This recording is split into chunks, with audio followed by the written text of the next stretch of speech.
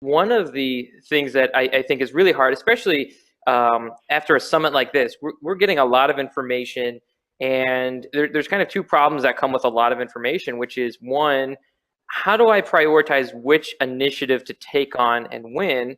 And then this, we'll save this kind of second question, but to give you an idea of where I'm going, then once we decide which initiative we want to do, how do we then introduce that to the team or roll it out? In this case, Tim, will start with you and then pass it back to Jody, which is, getting all the information. We're all growth minded. Everybody on the webinar today is growth minded. We're getting a lot of stuff. How do we prioritize which one to tackle first? Very good. Well, and if I could just share a 25-second story with you. When I first got introduced to all this technology and all these other different things, I had been to a couple AICPA conferences, the Tech Plus conference. It was like 2004, 2005 timeframe. I took almost a whole pad of notes, and I came back, met with my office manager, was really pumped up about it, was telling her all these things that I thought that we could do and stuff. And I looked across, and tears are running down her face. And I said, "Carolyn, what's going on?" And she goes, "I can't get all this done." And she thought that I wanted her to do all that. So on the heels of that, we sat down and, as a firm, tried to define what success meant for us. Where are we going? What are we trying to do? What are we trying to accomplish? And then you eat the elephant one bite at a time. Some people start with paperless tax first. Some go with paperless audit. Some want to deal with workflow. Some want to deal with timesheets.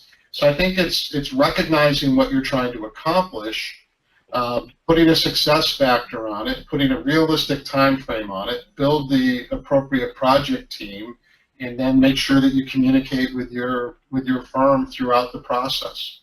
Yeah, and a quick follow-up question. I want to hand it over to Jody here in a second, which is, this putting out the goals and thinking of the timeline and things like that. I just want to make sure. So, are you bringing together the executive team to talk about that? And then the follow-up question is, well, if you're a one-partner firm, I imagine, are you then recommending maybe like a mastermind or some kind of colleague, some way to at least validate that the goals you're setting are moving in the right direction? But I'm just curious of how that back and forth might go when you're setting goals. You asking me, Dave, or you asking Jody? I'm going to ask you, and then I want to hand over to Jody how to prioritize and then how to make those decisions. But Tim, that question was for you. Okay, so the first thing, depending upon the size of the firm, is clearly you need to have a decision maker. And if it's a one-person firm, that's fine that you're making the decision maker, or it's a one-person owner. Then, so let's take that single practitioner approach. You need to probably align yourself with someone who's done this before, so they can help you walk you through it. When you in finding a consultant that can help with that. If you're moving in a bigger firm that has more participants, then you need to find people that want to participate, that understand what you're trying to achieve, so that they can help you through it. I always appreciated it. I've been in many firms around the country. I also would ask in some of the larger firms, that might get to 10 or 12 or more than that in there, I would want the people that didn't want change to sit in as well, because I call those people anchors. And if you can flip the anchor and get them on board, you'll be amazed at how much they will contribute at the same time. I love that. I love, bringing in the anchors, so you don't have just an echo chamber of everyone saying yes, yes, yes, and that goes into a bit of the rollout as well. Jody, how do you look at prioritizing the initiatives you take on, the goals? What's that process look like for your firm? So, because I'm a tech geek, right, I figured out how to use technology. So we use a product called AHA.io. It's AHA.io. And it's actually product management software for people who are developing software. So basically, we believe that we productize the service in our firm. So we look at it like product management would, right? And so then what the software does is it really helps organize what product management looks like, and it allows you to put features and to-do lists and all kinds of cool stuff and timelines around strategic initiatives, and it allows you to move them around and pretty reports, because it's all about the pretty report.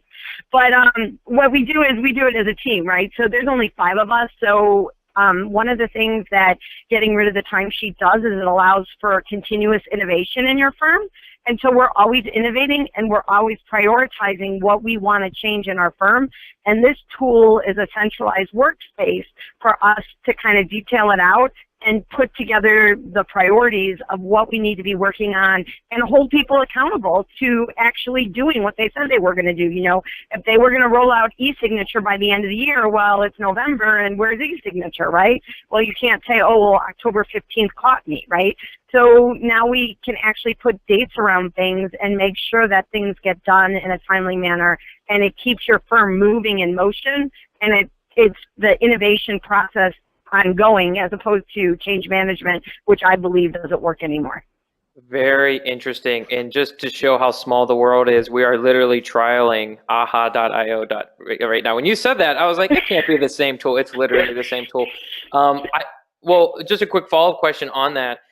When you're setting this up, you know, similar to the follow-up I asked Tim, is this a team decision, or is this, are you really putting this together and then getting validation for the team, or how collaborative is that experience? What does that look like? No, it's 100% collaborative. I'm really just like the orchestra, or the conductor. My team is the one who's making the decisions. They're picking the products, they're implementing the products, and they're saying them to me. They're showing them to me and say, hey, what do you think about it? And I'm saying, yes, no, did you think about that, right? They're in the weeds, so I want them to pick the solution to solve for their problems. I don't want it to be coming top down. So we're really like a team effort.